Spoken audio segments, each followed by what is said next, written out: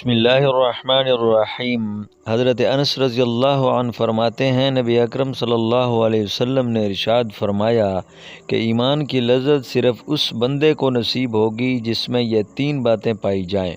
Number 1، اسے اللہ اور اس کے رسول صلی اللہ علیہ وسلم سے سب سے زیادہ محبت ہو۔ دوسری بات، جس شخص سے بھی محبت کرے تو اللہ تبارک و تعالیٰ کی رضا کے لیے کرے۔ تیسری بات یہ کہ اسے کفر کی طرف دوبارہ واپس جانے سے اتنی نفرت ہو جتنی آگ میں ڈالے جانے سے ہوتی ہے۔ اگر یہ تین نشانیاں کسی میں پائی جائیں تو وہ اپنے ایمان کی لذت اور زندگی کا مزہ حاصل کر لے گا انشاءاللہ تعالی۔ اللہ تبارک و تعالی ہمارے اندر بھی ایسی ایمان کے اوصاف پیدا فرمائے۔